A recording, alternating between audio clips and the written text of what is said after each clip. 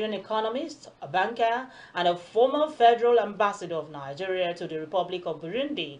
He's a seasoned diplomat with extensive experience in international relations and diaspora affairs. He will shed light on the impact of deportation on housing and what can be done to address these challenges.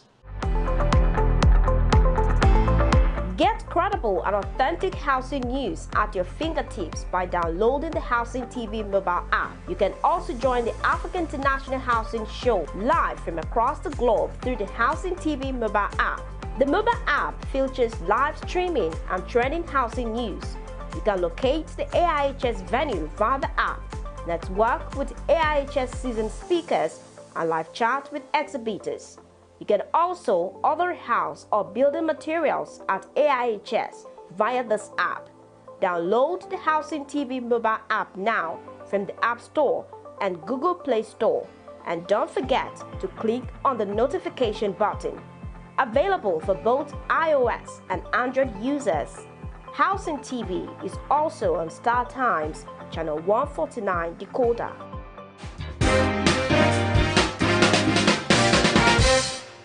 So, Ambassador, it's an honor to have you today on the Real Conversation. Welcome to the program.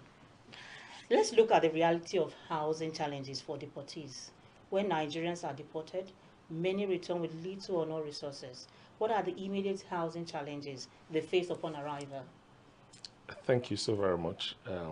This is not very surprising to have this kind of conversation now, especially this time that particularly the US government and the Trump administration has been hammering on immigration challenges and the need to deport people that are illegally or that have illegally migrated to the United States of America.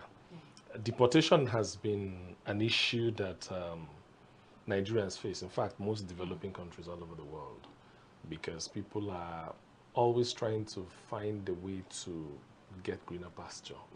You know, so they find very illegitimate way and illegal means of migrating to quote and unquote developed countries.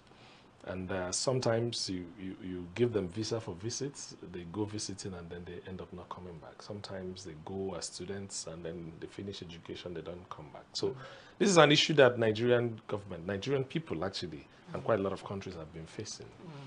But the issue is, what are the challenges that deportation, brings to Nigeria? There are quite a couple of them.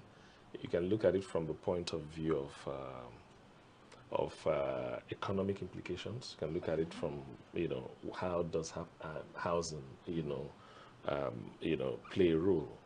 The first is that usually, even before people are deported, people go out of the country, and one of the first things they do and how they contribute to economic development is sending monies back home, or what in economic terms we refer to as remittances. If you look at the numbers, the remittances that come into Nigeria far outweighs the volume of funding that come into Nigeria by way of foreign direct investments, because families try as much as possible to send in funding home. Some $100, some $200, some $1,000. All of this happen on a daily basis. That when you aggregate them, for example, if I take the US economy, for example, billions of dollars come into Nigeria from the US economy on an annual basis, just through remittances, because people are working. Sometimes they want to build houses, sometimes they want to invest in real estate in Nigeria, sometimes they're looking for investment opportunities because this economy provide a high rate of returns on investments. Say, for example, even in the real estate market, because the land that you buy in Abuja today, so long as you have proper title documents, be assured that between now and December, the appreciation will be at least 25%. Sure. And you don't find that kind of returns in properties that you invest in the US or any other developed market. Sometimes the rate of returns is about 4, 5, 6%. But in the developing economy like we have in Nigeria, people that stay in diaspora sending a lot of money to Nigeria because of those that come in for investment purposes will always yield higher returns. But what we see is that now that there is threats of, on the economic parts, Nigeria is going to lose the monies that usually come from remittances, number one. It means that that is actually negatively going to affect our economy. And when people come into Nigeria, usually people that get deported come into the country unprepared. Yes. They don't expect that they will be deported. Yes. There are some stories I'm hearing right now in the US that an Ivorian lady traveled to Ivory Coast with her Ivory Coast passports. Then on coming back to the US, she was arrested by the immigration officials, and they said to her, which passport did you travel with? That as an American, you're actually supposed to get Ivory Coast visa to travel to Ivory Coast. So that's another case, because it means that she's dual citizen, and I just hope that she doesn't get deported eventually at the end of the day. But the point is that people that get deported don't know. They usually don't get prepared for it. Some are in prison, some have gone to regularize their papers, and in the process, and then they are now trying to find a way to get them back to Nigeria. So for those people that have invested in the real estate market, for example, because once you get deported, your first challenge is, how do you survive when you get back home? Yeah. So if I have investments in real estate, I may have to decide to sell it off, And selling it off simply means that you may, when you need money very urgently, let me sell this thing and, at any price, I just need to, So that's a big issue for the housing market. And by the time you begin to have these issues happening over and over again, you're going to find out that it can even lead to depression in the housing market. But be that as it may, Nigeria is such a big country that absorbs a lot, from even this deportation, because this is not, it's just the fact that Trump has made it something that we feel that is a big issue. But on day-to-day basis, week by week, there are quite a lot of people, Nigerians get deported from African countries, Libya, back to the country, and quite a lot of other countries, people that are involved in one form of crime or the other, the people that have been sentenced to deportation, because you can also find it. Quite a lot of Asian countries also do that as well. Even China as well at some point or the other. And then India, even at some point, part of the diplomatic engagement we have as diplomats would also be to engage the country where the people are coming from on how to make the process a smoother one. Sometimes it is in the form of evacuation. Sometimes Nigeria puts our flights, pay for it, and then get people back to the country. But bottom line is that we are pressuring the housing market. We're pressuring the housing infrastructure. More people are going to be coming to be using the same routes that we are all using. More people are coming back to be using the same entire gamut of social infrastructure. Yeah. So there will be pressure on them without a doubt. So deportation has got severe negative consequences on both the economic sector, both the economy of a country, and as well as the housing market. All right, so before we talk about the role of government, private developers, and long-term solutions for integrating returnees into Nigeria's housing system, let's go for a short break. All right, we're having a very crucial discussion on housing crisis faced by deportees. And there's still more to unpack. When we return, we'll talk about the role of government, private developers, and long-term solutions for integrating returnees into Nigeria's housing system. Don't go anywhere. We'll be right back.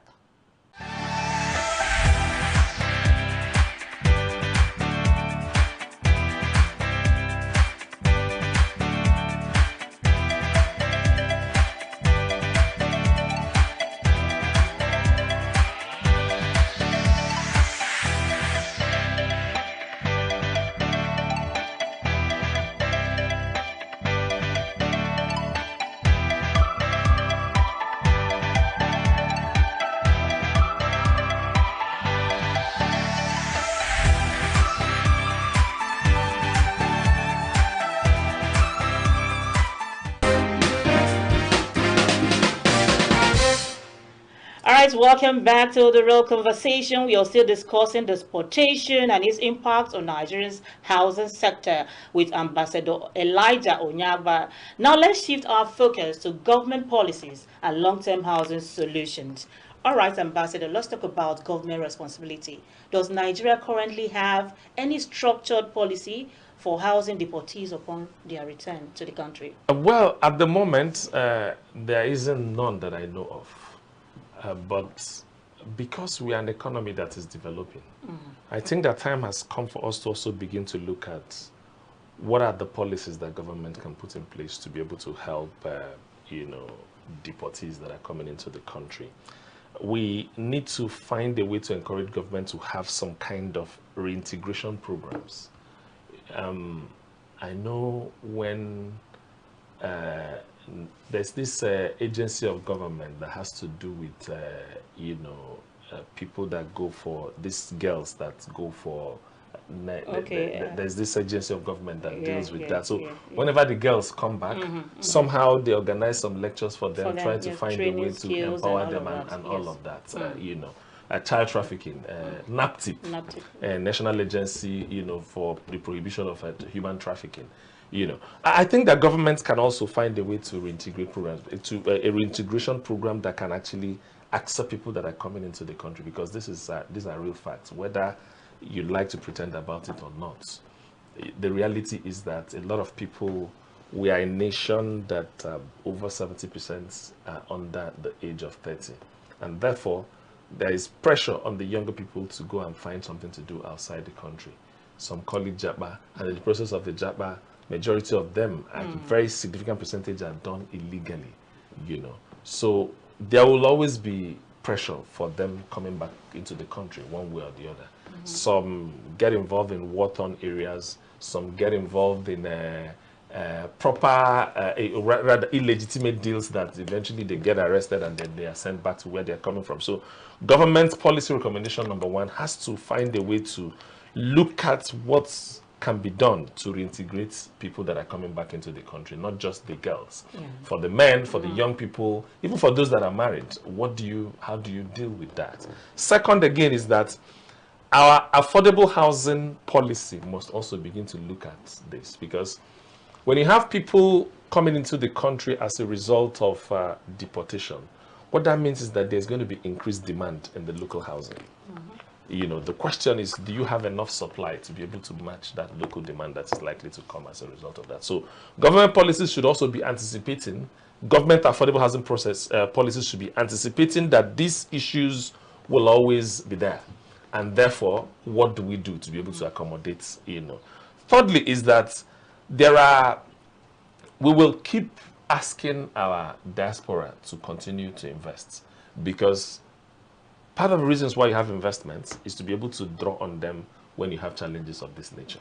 Because if you do not have anything in Nigeria, some people get out of the country, they don't invest home, and all of a sudden they are back home.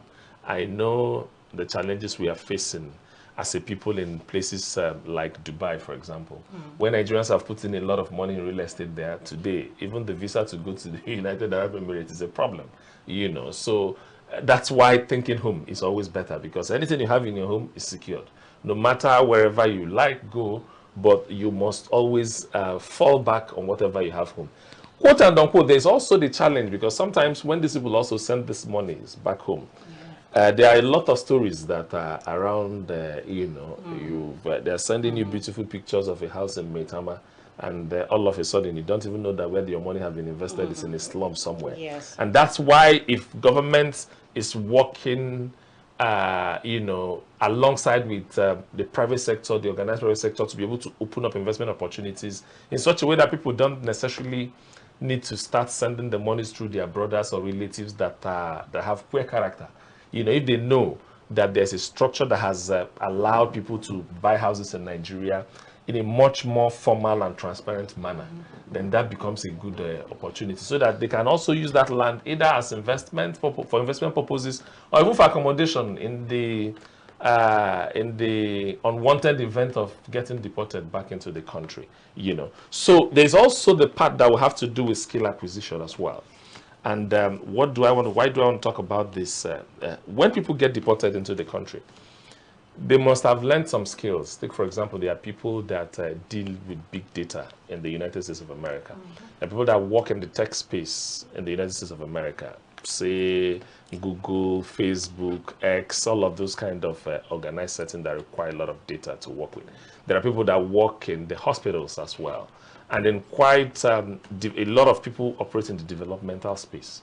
When they come into the country, do we have enough job opportunities that can absorb them into the system?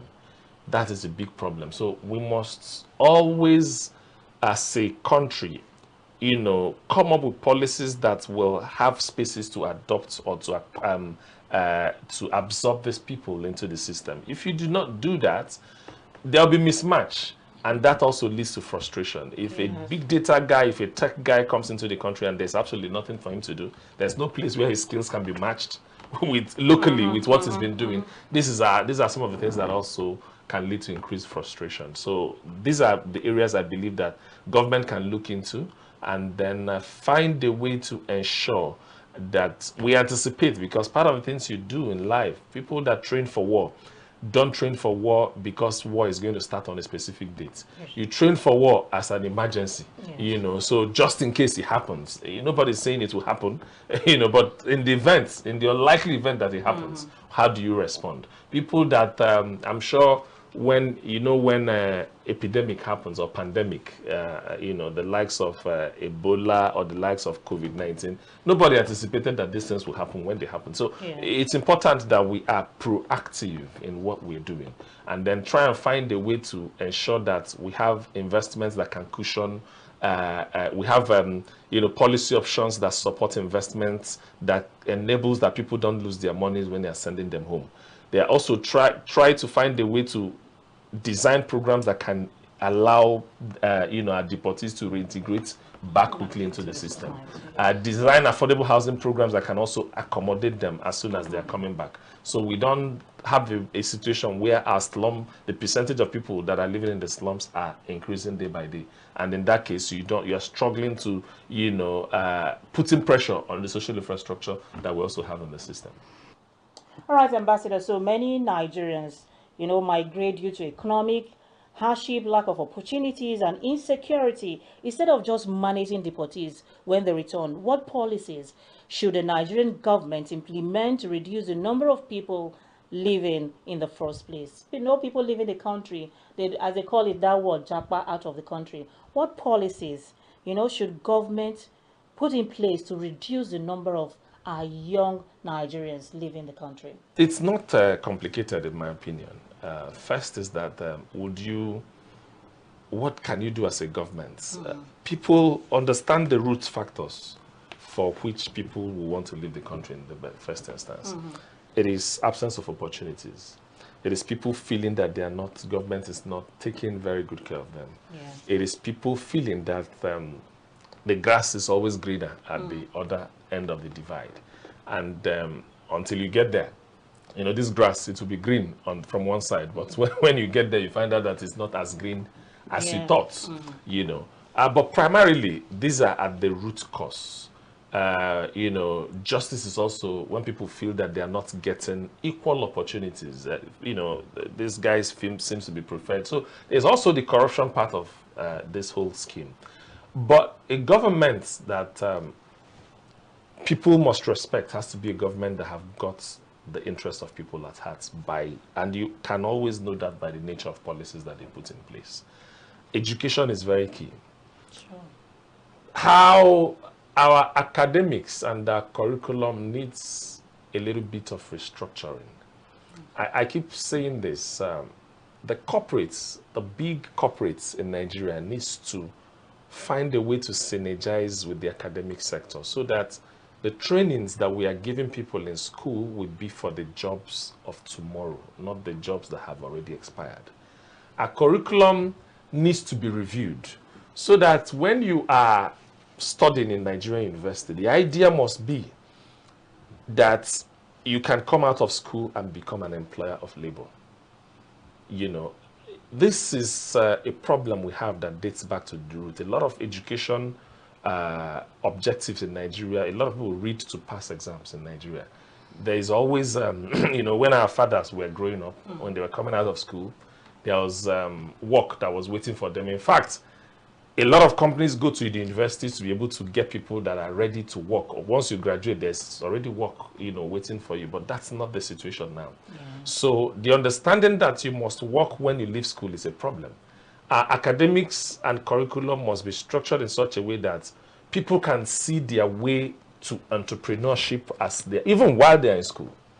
You know, so that the more number of people that are coming out of our schools and becoming entrepreneurs and being supported by government by way of provision of capital and other enabling environments, so that they can in turn become employers of labor as against employees. So these policies has to be very clear, and people need to understand it, because it's not one thing is about designing policy, another is also communicating that policy for people that you're designing the policies to understand. For example, these governments have delved into ensuring that there is loans for students that are willing to go to school. Yeah. That is a first step in the right direction. Why? A lot of people are unable to go to school because they are citing money as the problem. In the United States of America, a sizable chunk of the GDP of the country is what we refer to as student loan.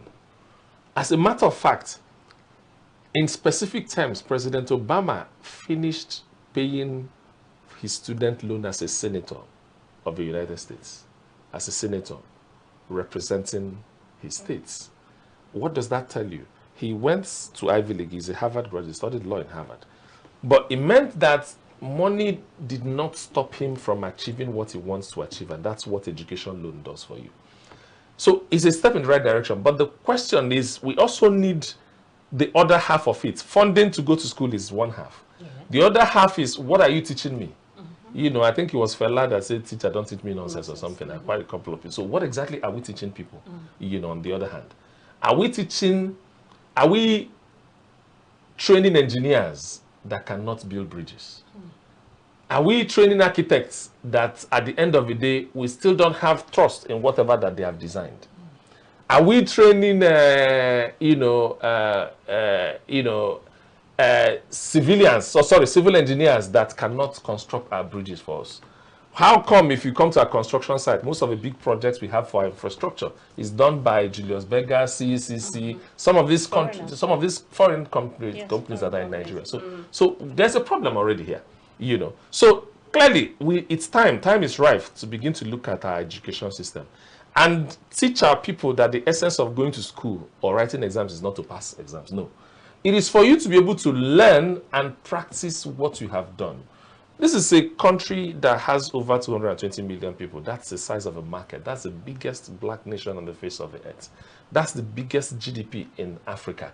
In fact, 70% of the population of the country makes ECOWAS. So Nigeria is ECOWAS. It's a region, but Nigeria is ECOWAS by virtue of the fact that we are the most populated. How many do you have in Ghana? How many do you have in Congo?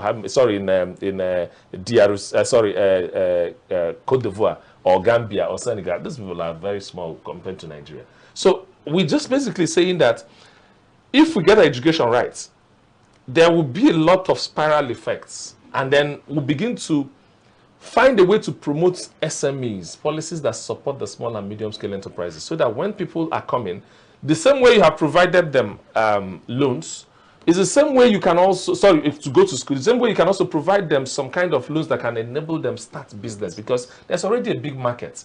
There is, take for example the fashion industry, take for example the entertainment industry.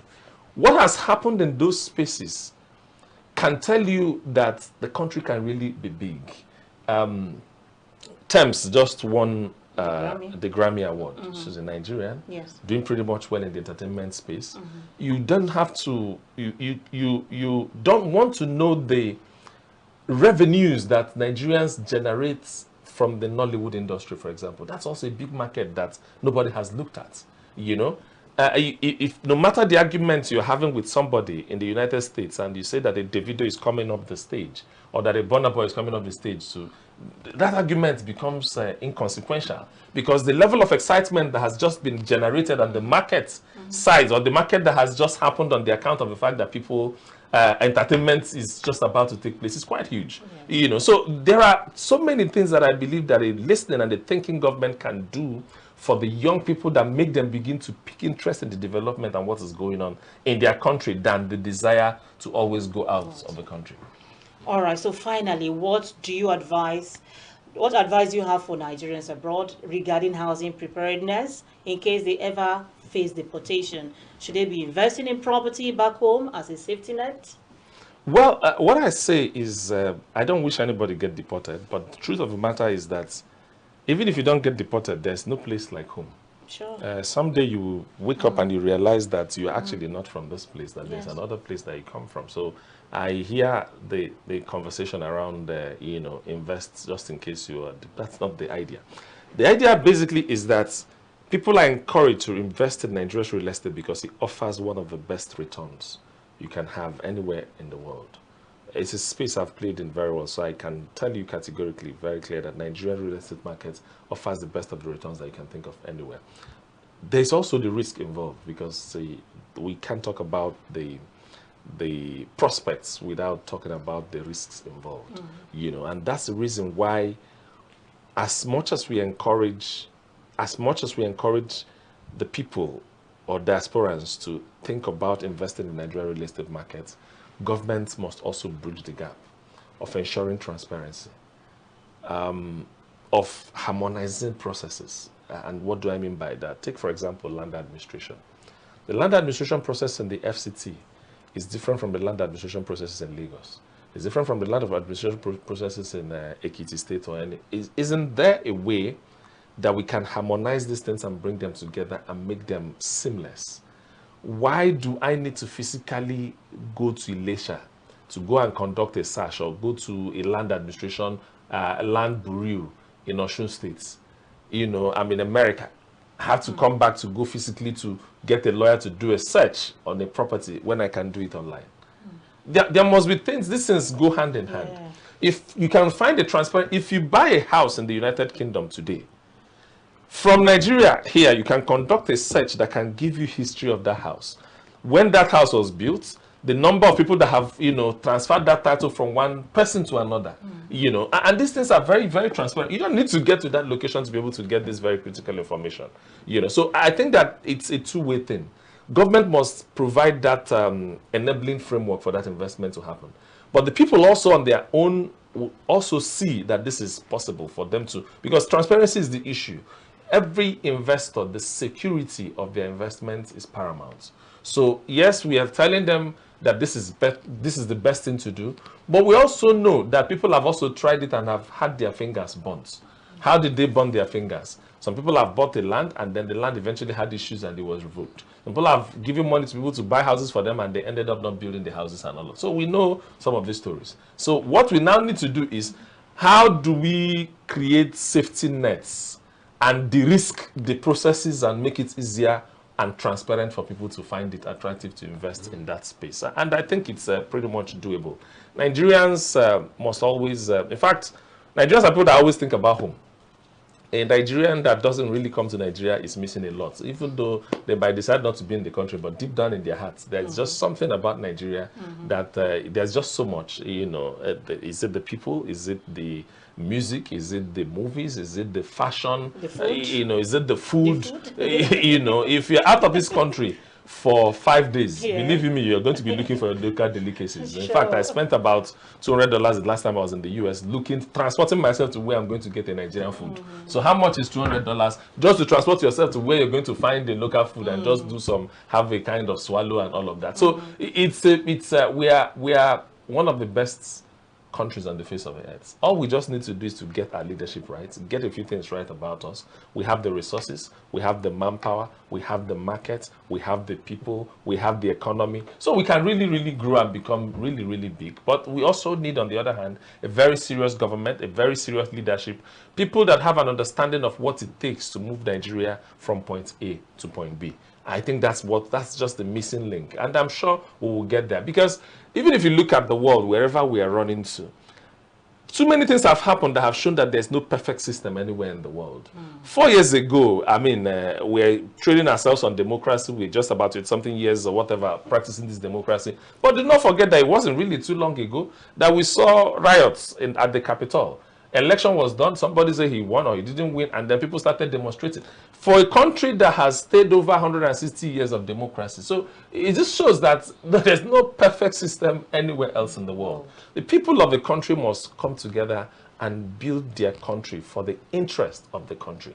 And we must also be people that think about tomorrow, because the challenge we have in Nigeria is that both leaders and even the followers alike, don't forget that you can argue about it, but really, the people always deserve the kind of leaders that they have, because the leader is not didn't come from the moon. The leader is chosen from amongst the people, so he will always have a display of the characteristics that is acceptable for the people. You can criticize it as much as you want, but this is the reality, you know. So I believe that for a country like ours, there are a lot of investment opportunities in all the sectors, housing inclusive, you know. Nigerian housing market hasn't been tapped yet. Yeah. The potentials of the market is amazing.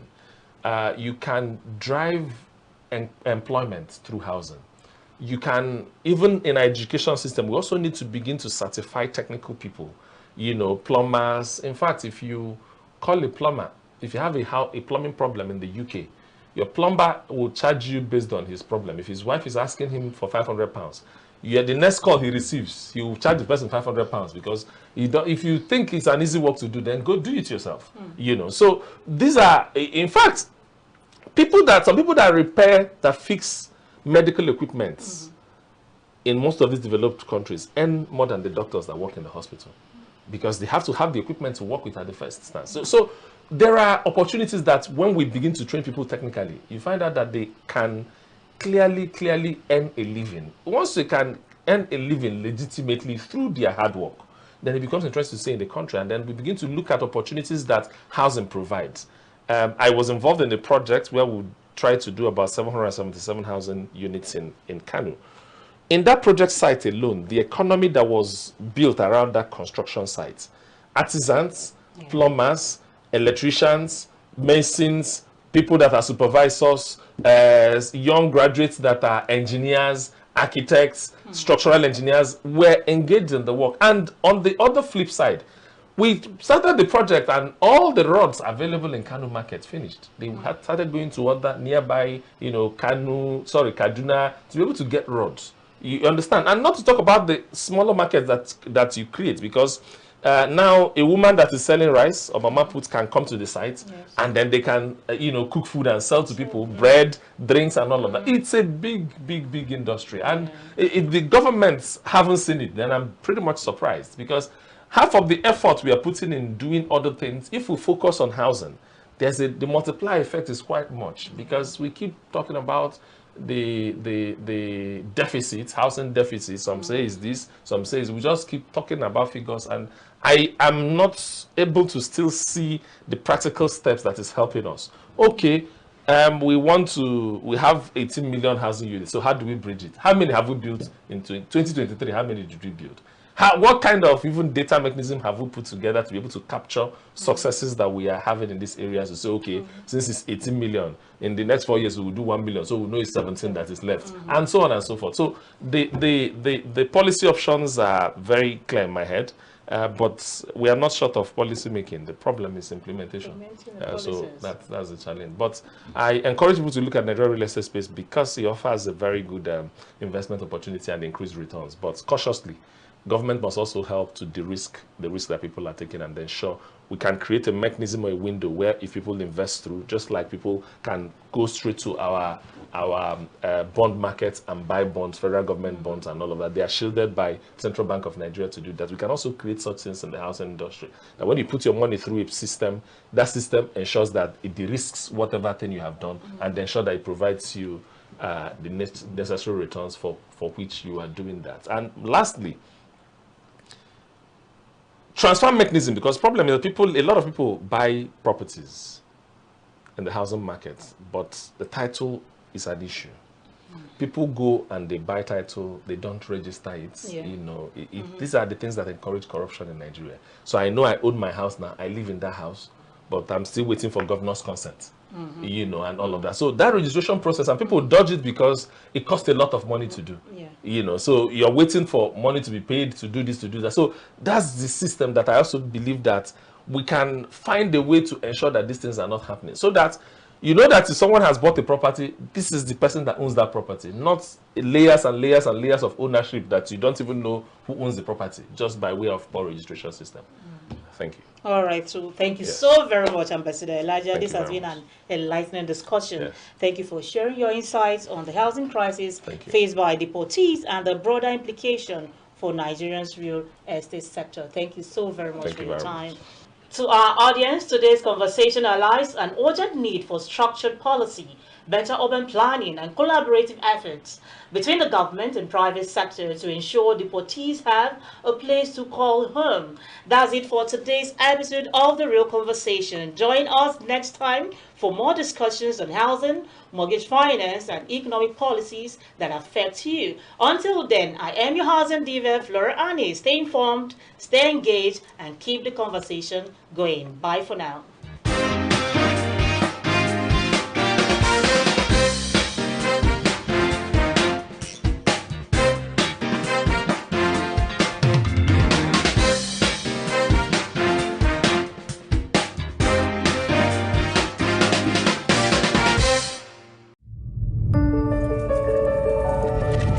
Housing TV Africa, your first in housing development broadcasting.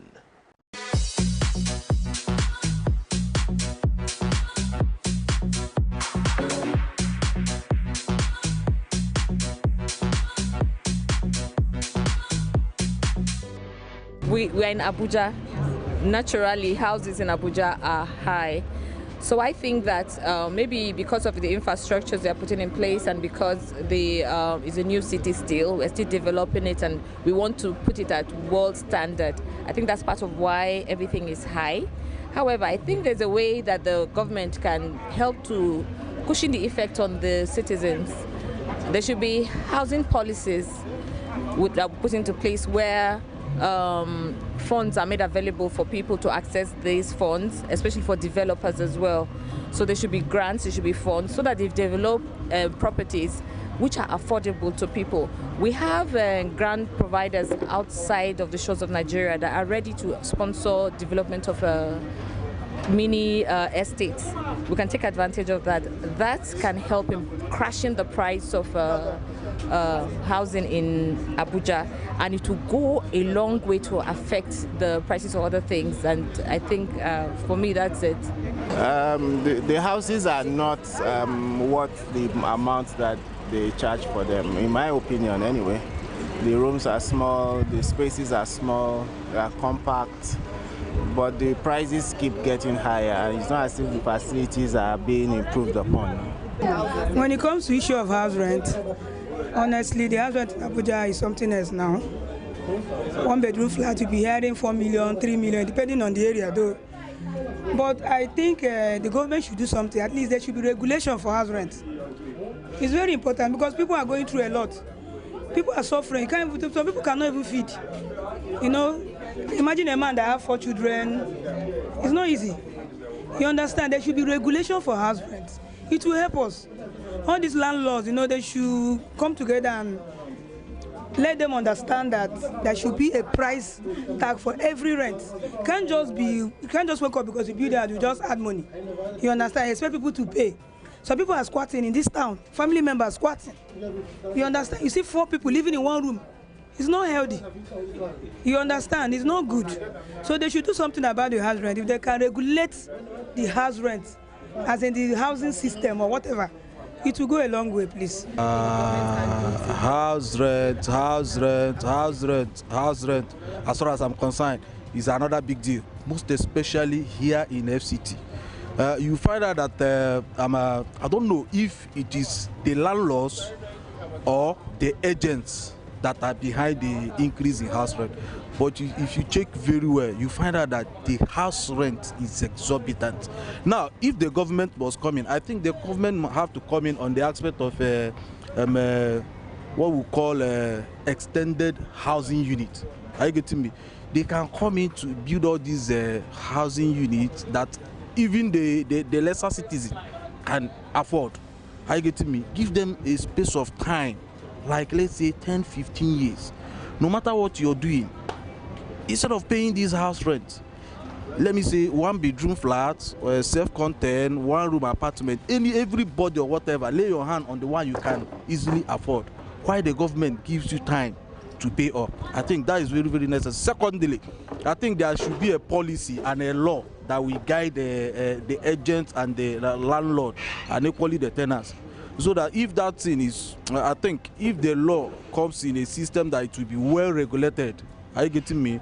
I think it will be very easy for common citizens to have a housing unit. Are you getting me? The houses you can get at the level of 1.something million, even 500-something thousand. If the government can come in to regulate it, I think some citizens can even get it at the rate of 100 and, are you getting me, 200. It will be okay. So please, the government really need to do something, because housing, especially in Abuja, is very difficult. Landlords have increased rent by 100%. How can you afford that? So it's really becoming too much. Your salaries are not enough. Your take home is nothing to write home about. Schools have increased school fees. Feeding is very expensive. And we know that house is a very important thing for everybody. You need a shelter, at least a comfortable one at that. How can I retire tomorrow and then I don't have a nice house to show for it?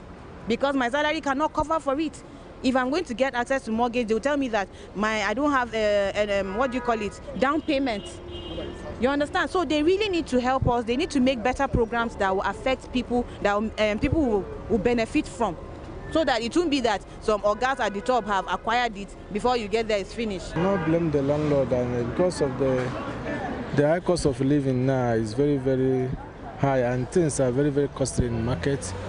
So it affects the people who has house, because if you have house, for you to make living from it, you have to increase your rent in order to be able to buy things in the market. So I don't think it's the problem is the fault is from the landlords, it's from our government. The fact remains that things are costly. The issue of a house is supposed to be a lifetime benefit. You can't just build house now and want to make the profit now. Because as you are old, they go. The house will they follow you. If the house will leave, your children will come back and inherit it. You don't have to build house now and tax a price for it to recover it before you die. Because surely everybody must go, whether old or young. When you grow to die, you die and go. Your children will inherit the house and continue collecting the money. So you collecting the money before you die, I think is unfair. Government should do something about that. If government can build house and give people to rent and a cheaper rent, it will be easy to someone to afford house here in Abuja. But as case being now, my dear, I don't know what to do. Visit Housing TV Africa on YouTube and click on the subscribe button. Subscribe to Housing TV Africa to stay updated on latest happenings in Nigeria's housing sector. Follow our social media pages, like and share our posts. On Facebook, Housing TV Africa. On Twitter, Housing TV Africa. Instagram, Housing TV Africa.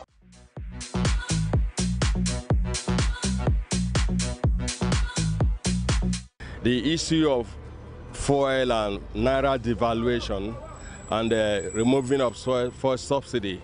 Because before now I can use about 15,000 to fill up my tank, my Highlander Jeep and all that.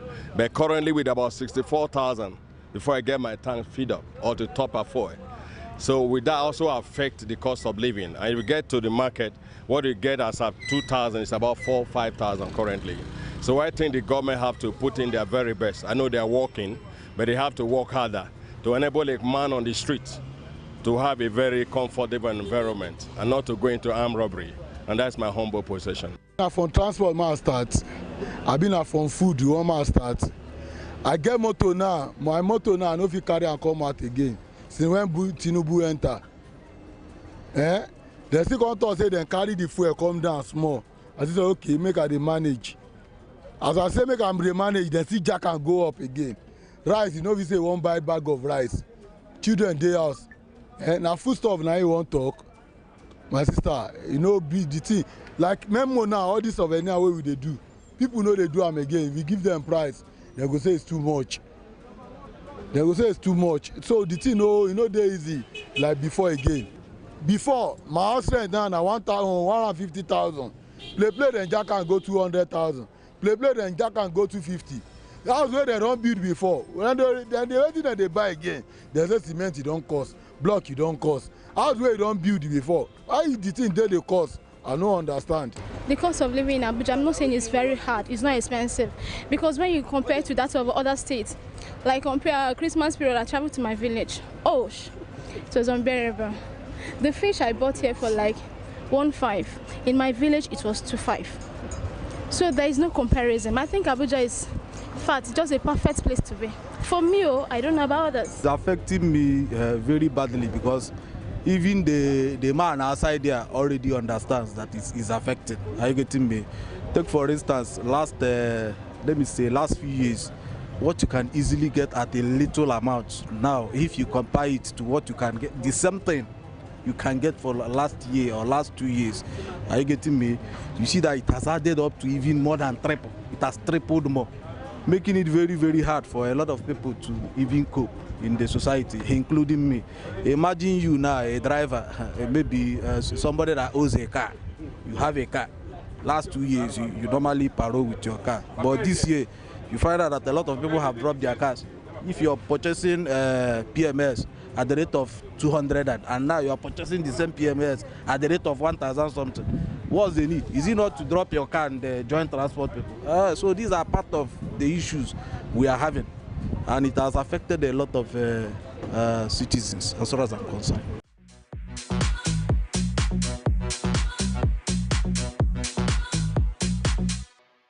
Well, for me, I thank God for the grace to be able to afford it, but I feel generally it's quite hard on people. So I'm hoping that, it will be more stable and it will, reduce the fluctuations. You see, it actually really affects almost every aspect of human endeavor in this country. In Nigeria, we have one single commodity. So our economy depends on that. Our economy depends on that commodity. So when you touch that, definitely everything goes up. It's not actually only the fuel, almost the price of everything goes up because we use the petroleum products to transport goods and services.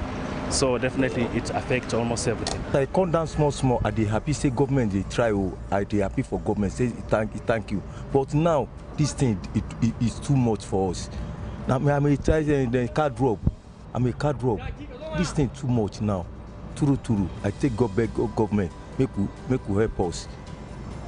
Now that thing I want beg God, beg government, make you try, make you come, this fuel come down small. It's not only affecting me, it's affecting everybody. It's affecting me. You can imagine it's not easy for everybody.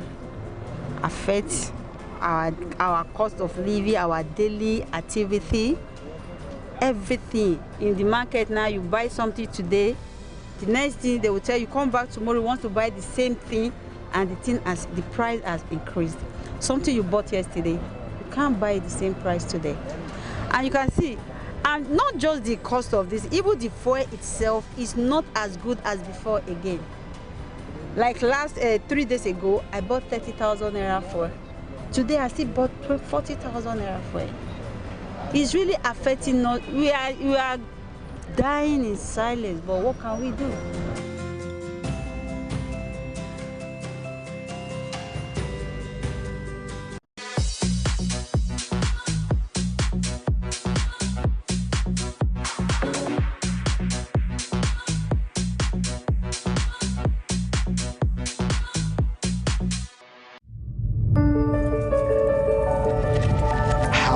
TV Africa, your first in housing development broadcasting.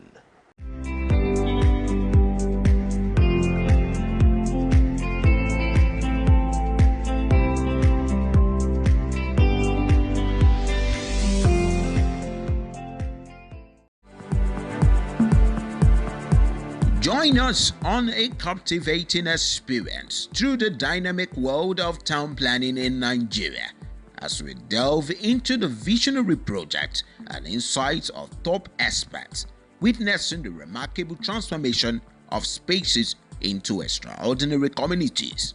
Immerse yourself in engaging discussions with leading town planning professionals as you address critical issues and offer innovative solutions to empower communities. Experience the pulse of the cities of tomorrow on City Pulse, a weekly television program presented by the National Institute of Town Planners. gain exclusive behind-the-scene looks, and discover groundbreaking strategies shaping the urban landscape. Don't miss a beat. Showing weekly on Housing TV Africa. Star Times Channel 149.